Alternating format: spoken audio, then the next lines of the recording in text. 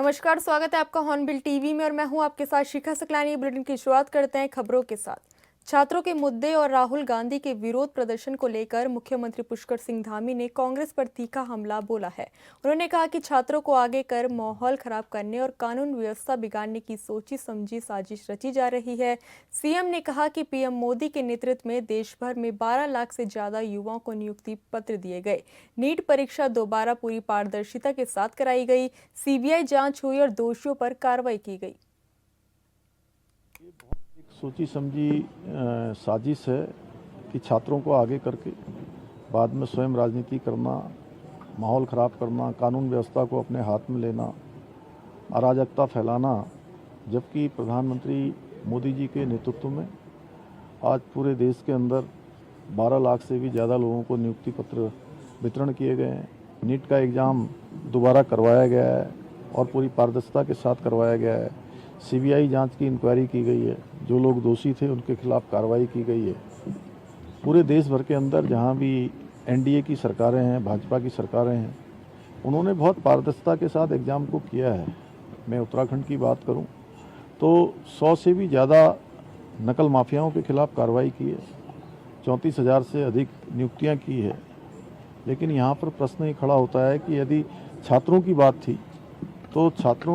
थी तो उसमें बीच में आकर जो है इस प्रकार का अराजक माहौल बनाना, उसका राजनीतिकरण करना, ये विशुद्ध रूप से एक बड़ी सोची समझी साजिश है। जबकि प्रधानमंत्री जी प्रतिबद्ध हैं। उन्होंने कहा है कि छात्रों के लिए फास्ट ट्रैक कोर्ट बनाएंगे, जल्दी से जल्दी उनके हितों के लिए काम करेंगे। प्रधानमंत्री जी के नेतृत्व में पहली बार देश के अंदर स्किल डेवलपमेंट का डिपार्टमेंट बनाया गया।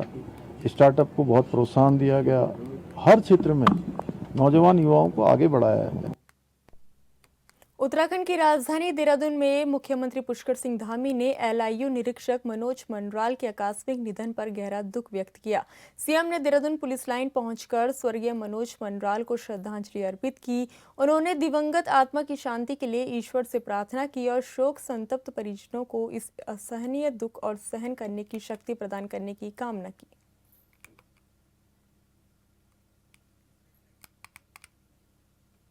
देहरादून स्थित बीजेपी प्रदेश मुख्यालय में कैबिनेट मंत्री खजान दास ने प्रेस कॉन्फ्रेंस की, जिसमें प्रदेश महामंत्री दीप्ति रावत भी मौजूद रही। इस दौरान उन्होंने जंतर मंतर पर छात्र आंदोलन और राहुल गांधी के प्रधानमंत्री आवास के बाहर प्रदर्शन को लेकर कांग्रेस पर निशाना साधा। खजान दास ने कहा कि सरकार नीट समेत परीक्षा संबंधित सभी मुद्दों पर संसद में चर्चा के लिए तैयार है, लेकिन विपक्ष चर्चा से बचकर केवल राजनीतिक माहौल बनाना चाहता है। उन्होंने कहा कि राहुल गांधी छात्रों के मुद्दों का समाधान नहीं बल्कि राजनीति कर रहे हैं। अगर उनके पास कोई ठोस सुझाव है तो सरकार उन पर चर्चा के लिए तैयार है। कैबिनेट मंत्री ने कहा कि प्रधानमंत्री की ओर से परीक्षा संबंधी मामलों के लिए फास्ट ट्रैक कोर्ट की व्यवस्था का निर्णय लिया गया है। उन्होंने दावा किया कि धामी सरकार ने नकल माफिया पर अंकुश लगाने के लिए सख्त नकल विरोधी कानून लागू किया है और युवाओं के भविष्य से किसी भी तरह का खिलवाड़ नहीं होने दिया जाएगा। उन्होंने कहा कि साल 2023 से साल 2025 के बीच प्रदेश में 26,500 से ज्यादा सरकारी नौकरियां दी गई। साथ ही रोजगार और स्वरोजगार के नए अवसर सृजित किए गए, जिससे बेरोजगारी दर में कमी आई है। आदरणीय दीप्ति रावत जी आप सबके सामने अपनी बात को रखेंगे। आदरणीय खजान दास जी और हमारे प्रदेश की भारतीय जनता पार्टी दुनिया की सबसे बड़ी पार्टी है और जो राहुल गांधी जी ने किया ये व्यवहार क्या ठीक था या उचित था? क्या आप प्रधानमंत्री जी के आवास में जाकर के धरना दे रहे हैं, क्या ये सभ्यता थी? मैं विशेष कर ये कहना चाहूंगा। और जो भारतीय जनता पार्टी एक आईना दिखाने का काम राहुल गांधी जी को और कांग्रेस के मित्रों को ये सब हमने किया ताकि अपनी जिम्मेदारियों को समझे। एक सिस्टम होता है, कोई शिष्टाचार भी होता है, किंतु सारे नियमों को तोड़ते हुए आज तक ये पहला कांड हुआ है भारतवर्ष के अंदर कि एक राजनीति का एक बहुत बड़ा नेता, किसी दल का एक बहुत बड़ा नेता प्रतिपक्ष के रूप में वो माननीय प्रधानमंत्री जी के आवास पे जाता है, सड़क पर बैठता है, प्रधानमंत्री जी के खिलाफ नारेबाजी करता है, प्रधानमंत्री जी को गाली गलौज करता है और यहाँ तक कि उनकी माँ को भी नहीं बख्शा जाता। तो ये भारतीय जनता पार्टी का एक आईना दिखाने का काम था। नीट की जो परीक्षा है और उसमें जो हुआ और उसके बाद दोबारा भी नीट की परीक्षा जल्द ही कराई गई, इतनी संवेदनशीलता सरकार ने जरूर रखी कि उस पर जितना एक्शन होना चाहिए था उसको सीबीआई को सौंपना चाहिए था, तो सीबीआई को भी ये केस सौंपा गया, एफआईआर हुई, 13 लोगों की गिरफ्तारी हुई और नीट की परीक्षा जल्द से जल्द दोबारा भी कराई गई ताकि जो नीट के परीक्षार्थी हैं उनका साल खराब ना हो, तो वो भी किया गया। लेकिन सरकार ये चाहती है कि इसमें एक जो तरीका है, देखिए जब भी कुछ होता है तो छात्र न बीजेपी के होते हैं न कांग्रेस के होते हैं, वो हम सबके होते हैं। छात्र हम सबके हैं, हम सबके बच्चे हैं, आपके हैं, पूरे देश में अगर हम बात करें तो हम सबके विद्यार्थी हैं, हम सबके बच्चे हैं। तो इस पर राजनीति करना कोई बहुत अच्छी बात नहीं है। इसके लिए एक परमानेंट सोल्यूशन, एक स्थायी क्या चीजें हो सकती हैं, उसके सोल्यूशन के लिए सरकार लगातार ऑपोजिशन को कहती रही कि आप आइए और इसमें आपके कुछ अच्छे सुझाव हैं जो इसमें होने चाहिए तो आप बताइए। लेकिन उन्होंने वो ना करके उन्होंने संसद से अपना पीछा छुड़ाना ज्यादा जरूरी समझा। राहुल गांधी ने संसद में अपने विचार रखते, अपनी बात बताते कि आगे कैसे परीक्षा हो सकती है, इसको और हम कैसे फुल प्रूफ कर सकते हैं, बेहतर बना सकते हैं, वो हो सकता था। लेकिन वो ना बता के उन्होंने वो सड़क पे निकले और जो आंदोलन उन्होंने खड़ा भी नहीं किया था उसको केवल अपना, मैं कहूँगी, हाईजैक करने की कोशिश की गई। जिस प्रकार से हम देख रहे हैं कि कैसा ऑपोजिशन वहाँ पर काम कर रहा है, कैसे वहाँ पर एक कहावत भी है, मैं एक उन्होंने एक अभी कल ही एक बैठक भी करी जिसका चित्र भी मैं आपके सामने लाई। ये एक ऑल पार्टी ऑपोजिशन की मीटिंग, ये अच्छा प्रिंट आउट नहीं निकला वैसे, ये उन्होंने करी वहाँ पर राहुल गांधी ने, जिसमें पूरा इंडी गठबंधन बैठा है। तो एक जरूर एक कहावत है कि जब सारा विपक्ष एक हो जाता है और तो जरूर हम समझ लें कि जो मुखिया है देश का या जो राजा है या जो हमारा नेता है वो बिल्कुल निष्पक्ष तरीके से, ईमानदारी से वो काम कर रहा है, तभी ऐसा होता है। देहरादून स्थित प्रदेश कांग्रेस मुख्यालय में अनुसूचित जाति विभाग के प्रदेश अध्यक्ष मदन लाल और अल्पसंख्यक विभाग के प्रदेश अध्यक्ष सुलेमान अंसारी ने संयुक्त प्रेस कॉन्फ्रेंस की। इस दौरान उन्होंने 27 जुलाई को जंतर मंतर पर प्रस्तावित प्रदर्शन की जानकारी देते हुए कहा कि देश में दलितों और अल्पसंख्यकों के साथ भेदभाव और अत्याचार के मामले में बढ़ोतरी हो रही है। नेताओं ने आरोप लगाया कि सरकार संविधान की भावना के अनुरूप काम नहीं कर रही। उसके हाथों में खाने, उसके बनाए हुए खाने को खाने से बच्चों ने इनकार कर दिया। आने वाले 27 जुलाई को हमारे एक प्रस्तावित कार्यक्रम है जंतर मंतर पे, माइनॉरिटी और एससीज का। पूरे देश के जो लोग हैं दलित और माइनॉरिटी के, वहाँ पर एकत्रित होकर इस सरकार के खिलाफ जो लगातार एट्रोसिटी के मामले पर देश प्रदेश में घट रहे हैं उसकी आवाज़ को बुलंद करने का हम वहाँ काम करने जा रहे हैं। और हम लोग क्यों संविधान को मानने वाले लोग हैं और संविधान के तहत जो भी कार्रवाई हो जिसके खिलाफ, वो जो भी अपराधी हो उसकी जाति पाति नहीं होती, उस अपराध के खिलाफ संविधान रूप में कार्रवाई होनी चाहिए। हम बात करते हैं अपने प्रदेश के अंदर लगातार एट्रोसिटी के मामले बढ़ रहे हैं, चाहे वो दलित व्यक्ति हो चाहे माइनॉरिटी के व्यक्ति हो, लगातार पिछले 10 साल में लगातार वो घटनाएं बढ़ी हैं। और जो हमारा अनुसूचित जाति जनजाति निवारण एक्ट है उसको खत्म करने का काम या उसको ना मानने का काम भारतीय जनता पार्टी करती आ रही है। देखिए, प्रोसेस कार्यक्रम जो हमारा है 27 तारीख का, वो दोनों ही अनुसूचित जाति और माइनॉरिटी को मिला के ये हमारे राष्ट्रीय अध्यक्षों ने तय किया। और ये आज आपके प्रेस के माध्यम से बताना चाहते हैं, एक संविधान और 2 कानून, तो 2 कानून आज देश में चल रहे हैं। आप सभी देख रहे हैं, आप जितने भी पत्रकार हैं भली भारी इस चीज़ को जानते हैं कि आज जो भेदभाव चल रहा है। अभी एक चीज़ देखिए आप, जो मैंने अभी बोला है कि 63 साल में जो बनाया उसको तोड़ने का काम भारतीय जनता पार्टी कर रही है। आज जितने भी हमारे शिक्षा के स्थान हैं, हमारे सरकारी स्कूल हैं, सरकारी कॉलेज हैं, आप उनके हालात देख लीजिए जाकर। माँ बाप अपने बच्चे को पढ़ाने में उनमें डर पैदा कर रहे हैं क्योंकि कहीं छत गिर रही है और कहीं बिल्डिंग गिर रही है। तो सबसे ज़्यादा इस देश का जो युवा है, इस देश का जो छात्र है, वो सबसे ज़्यादा दुखी और परेशान है, क्योंकि उसके लिए पढ़ाई महंगी है। आज बच्चों को जब यहाँ शिक्षा के स्थानों को तोड़ा जा रहा है और यहाँ पे एक तालीम के लिए बहुत अच्छी सुविधाएं नहीं है, तो लोग अपने बच्चों को बाहर पढ़ाने का काम कर रहे हैं। कोई इंग्लैंड के अंदर अपने बच्चों को पढ़ा रहा है, कोई आपके तजाकिस्तान के अंदर अपने बच्चों को पढ़ा रहा है। तो अगर यहाँ शिक्षा सही होती और भारतीय जनता पार्टी इस पे तवज्जो देती, तो आज हम लोगों को अपने बच्चों को इतना पैसा खर्च करके बाहर भेजने की प्रदेश में पेंशन व्यवस्था को लेकर कैबिनेट मंत्री खजानदास ने सरकार की उपलब्धियां गिनाई। उन्होंने कहा कि पहले पेंशन वितरण में बिचौलिया की भूमिका रहती थी, जिससे अनियमितताओं और घोटाले की शिकायतें सामने आती थी, लेकिन अब सरकार ने पूरी व्यवस्था को पारदर्शी बनाया है और पेंशन की राशि सीधे लाभार्थियों के बैंक खातों में भेजी जा रही है। उन्होंने कहा कि जिससे भ्रष्टाचार पर रोक लगी है और पात्र लोगों को बिना किसी बिचौलिया के समय पर पेंशन का लाभ मिल रहा है।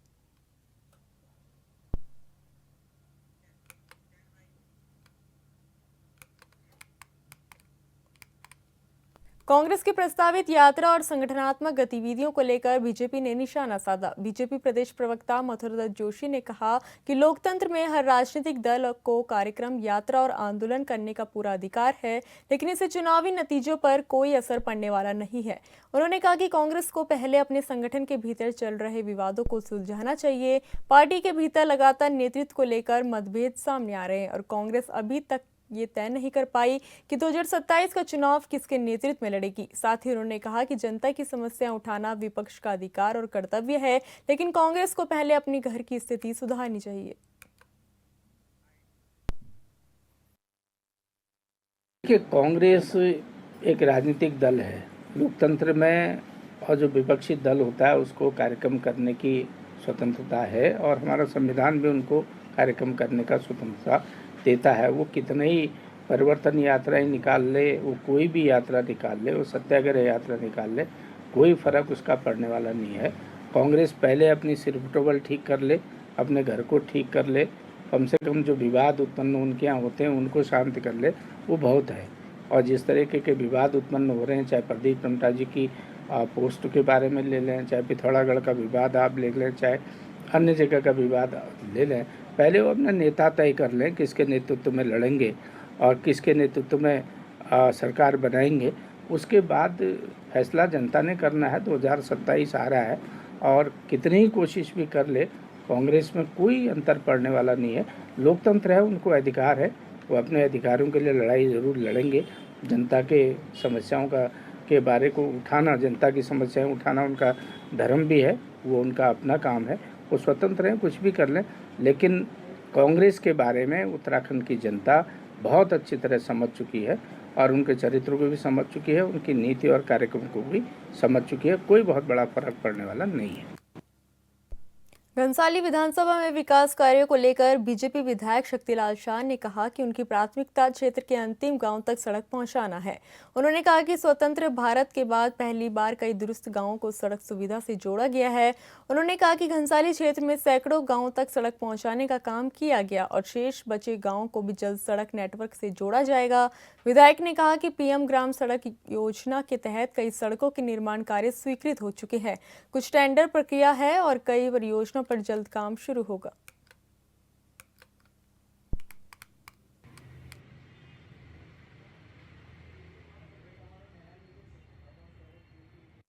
एक कस्बा तो मेरे घनसाली में ऐसा था जो भोणा तल्ला के नाम से है। वो मेरी न्याय पंचायत के स्तर है में पड़ती है और मैं भगवान कटकेश्वर को प्रणाम करता हूँ कि उस रोड की मैं उम्मीद नहीं कर सकता था, लेकिन मैं अपने गांव का भी धन्यवाद करता हूँ कि आज उस बहुत बड़े कस्बे को जो भोणा तल्ला का है उसको हमने रोड देने का काम किया। और स्वतंत्र भारत के बाद पहली बार वहाँ पे जो है हमने उन लोगों को यातायात की अच्छी सुविधा उपलब्ध कराई है।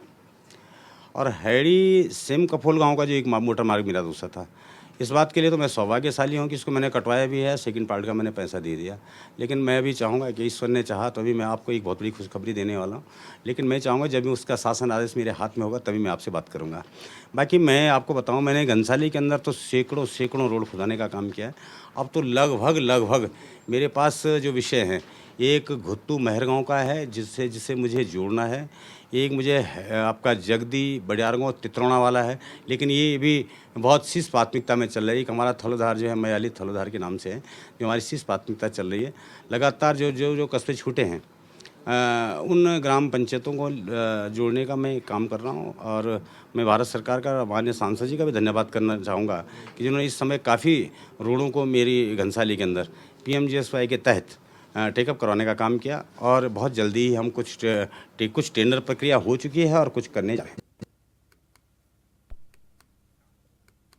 देश भर में पेपर लीक के मुद्दे पर सियासत तेज है। जहां विपक्ष केंद्र सरकार को घेर रहा है, वहीं बीजेपी का कहना है कि प्रधानमंत्री नरेंद्र मोदी के नेतृत्व में सरकार ने पेपर लीक पर सख्त कार्रवाई की नीति अपनाई है। बीजेपी प्रदेश महामंत्री कुंदन परिहार ने कहा कि देश में विकास की गति तेज हुई है और इसी कारण जनता लगातार बीजेपी से जुड़ रही है। उन्होंने कहा कि दिल्ली की घटना के बाद सरकार ने तत्काल कार्रवाई की और स्पष्ट कर दिया कि पेपर लीक में शामिल किसी भी दोषी को बख्शा नहीं जाएगा। साथ ही उन्होंने कहा कि धामी सरकार लगातार युवाओं के भविष्य की रक्षा के लिए कठोर कदम उठा रही है।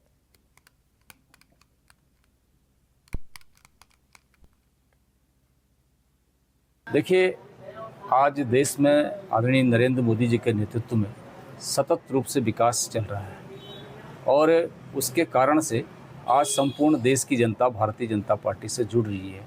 विगत दिल्ली में जो घटना घटित हुई है उसमें पहले ही सरकार ने कार्रवाई कर दी है और सरकार की स्पष्ट मंशा है कि जो भी ये पेपर लीक के मामले में आएगा सख्त से सख्त कार्रवाई उस पर होगी। उसी का अनुसरण करते हुए पूर्व में भी अपने प्रदेश में आदरणीय पुष्कर सिंह धामी जी के नेतृत्व में जो सरकार हमारी है उन्होंने 100 से अधिक लोगों को इसमें जेल के अंदर डालने का काम किया है। हमारी सरकार की नीति स्पष्ट है, हमारी नीति स्पष्ट है, हमारी सोच स्पष्ट है कि जो भी इसमें सन्निहित होगा उसको कठोर से कठोर धाराओं में निरुद्ध किया जाए। चारधाम यात्रा इस बार नए रिकॉर्ड बना रही है। मानसून के बावजूद श्रद्धालुओं का उत्साह लगातार बढ़ता जा रहा है। यमुनोत्री, गंगोत्री, केदारनाथ और बद्रीनाथ धाम में इस बार यात्रियों की संख्या ने पिछले साल के आंकड़ों को पीछे छोड़ दिया। पिछले 94 दिनों में यात्रा पर आने वाले श्रद्धालुओं की संख्या 35 लाख के पार पहुंच चुकी है, जो पिछले साल की तुलना में करीब 3.5 से 4 लाख ज्यादा है। ये बढ़ोतरी साफ तौर पर दिखाती है कि इस बार यात्रा व्यवस्थाएं पहले से बेहतर और मजबूत हो रही है। उत्तराखंड में चारधाम यात्रा का खुमार तमाम यात्रियों में उमड़ा हुआ है और यही वजह है कि 45 लाख के पार ये आंकड़ा पहुंच गया है। यानी कि दिनों दिन ये आंकड़ा बढ़ा, लेकिन मौसम ने जिस तरह से करवट ली उस पर ये ब्रेक लगता हुआ भी नजर आया। ऐसे में देखा जा रहा है कि कई क्षेत्रों में सड़कें बंद है, 100 से अधिक ऐसी सड़कें हैं जो पूरी तरह से बंद है और ऐसे में चारधाम यात्रा की सड़कें भी कई जगह पर बाधित है। इस कारण बीच बीच में जो यात्राएं हैं उन पर ब्रेक भी लगाया जा रहा है। हालांकि बीच बीच समय में तमाम जो प्रशासन की टीम है, तमाम पुलिस की टीम है या फिर BRO की टीम करें, SDRF की टीम करें, वो तैनात है और वो यात्रा मार्ग को खोलने में जुटी हुई है। जहां पर ये देखा जा रहा है कि यात्री पैदल मार्ग से कुछ जा भी रहे हैं, केदारनाथ की यात्रा कर रहे हैं, बद्रीनाथ की यात्रा कर रहे हैं, लेकिन कई बार ये मार्ग अवरुद्ध भी इस दौरान हो जा रहे हैं। लेकिन जो यात्री हैं उनकी आस्था, तमाम जो लोगों की आस्था है वो नजर आ रही है और ऐसे में देखा जा सकता है कि 45 लाख से अधिक का ये आंकड़ा पहुंच गया है, जो कि पिछले सालों की भांति इस साल कहा जा सकता है कि जो संख्या है वो बढ़ी है। हालांकि जद्दोजहद भी करनी पड़ रही है क्योंकि बार बार मौसम विभाग भी अनुमान जारी कर रहा है और बारिश की चेतावनी भी जारी कर रहा है। लोगों से अपील भी की जा रही है कि वो सुरक्षित यात्रा करें और नदी नालों से दूर रहें। लेकिन ऐसे में कहा जा सकता है कि जिस तरह से मौसम का मिजाज बिगड़ा हुआ है, लेकिन आस्था फिर भी भारी पड़ती हुई नजर आ रही है। तमाम यात्री चार धामों में दर्शन के लिए पहुंच रहे हैं। हॉर्नबिल टीवी के लिए देहरादून से विशाल गर्ग। खबर लोहाघाट से है, जहां यातायात व्यवस्था को सुचारू बनाने के लिए लोहाघाट पुलिस और यातायात पुलिस ने विशेष अभियान चलाया। SP चंपावत रेखा यादव के निर्देश पर चलाए गए इस अभियान के दौरान नो पार्किंग जोन में खड़े वाहनों पर सख्त चालानी कार्रवाई की गई। पुलिस टीम ने थाना लोहाघाट गेट, गांधी चौक और रामलीला मैदान के पास अस्पताल सड़क पर अवैध पार्किंग करने वाले वाहनों का चालान किया। अपर पुलिस निरीक्षक भुवन राम कोहली ने कहा कि स्थानीय लोगों की शिकायत पर यह कार्रवाई की गई क्योंकि अवैध पार्किंग से यातायात बाधित हो रहा था और खासकर अस्पताल जाने वाले मरीज और एम्बुलेंस को परेशानी हो रही थी। पुलिस ने टैक्सी चालकों और वाहन स्वामियों को निर्धारित पार्किंग स्थलों का उपयोग करने की चेतावनी दी और आगे अवैध पार्किंग पर कठोर कार्रवाई की बात कही। स्थानीय लोगों ने पुलिस से लगातार ऐसे अभियान चलाने की मांग की है।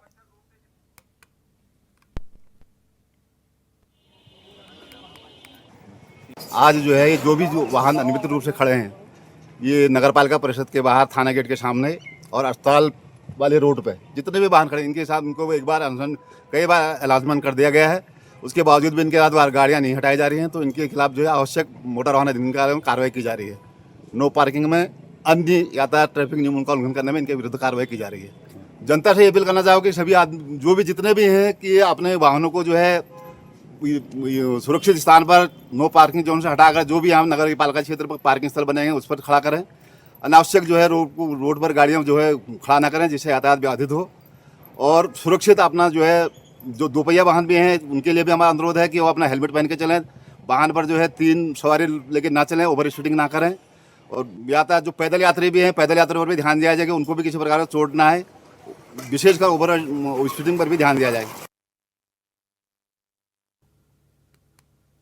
प्रदेश को खेल के क्षेत्र में अग्रणी राज्य बनाने की परिकल्पना को साकार करने की दिशा में स्थापित राज्य के पहले महिला स्पोर्ट्स कॉलेज का जिलाधिकारी मनीष कुमार ने निरीक्षण किया। इस दौरान उन्होंने तमाम जिलों से चयनित होकर आई 30 बालिकाओं में से उपस्थित 27 बालिकाओं से संवाद कर उनका हालचाल जाना, साथ ही कॉलेज में उपलब्ध कराई जा रही सुविधाओं के संबंध में जानकारी ली। जिलाधिकारी ने बालिकाओं से पूछा कि उन्हें स्पोर्ट्स स्टेडियम के वातावरण, प्रशिक्षण, हॉस्टल, भोजन और अन्य व्यवस्थाएं कैसी लग रही हैं। बालिकाओं ने उपलब्ध कराई जा रही सुविधाओं की सराहना करते हुए कहा कि उन्हें यहां गुणवत्तापूर्ण प्रशिक्षण के साथ बेहतर आवास और भोजन की व्यवस्था मिल रही है। जिलाधिकारी ने बालिकाओं का उत्साहवर्धन करते हुए उन्हें अनुशासन, समर्पण और निरंतर अभ्यास के साथ उत्कृष्ट प्रदर्शन करने और प्रदेश देश का नाम रोशन करने के लिए प्रेरित किया। उन्होंने परिसर में साफ सफाई और सुव्यवस्थित व्यवस्थाओं की सराहना करते हुए संबंधित अधिकारी कर्मचारी को इन्हें निरंतर बनाए रखने के निर्देश दिए।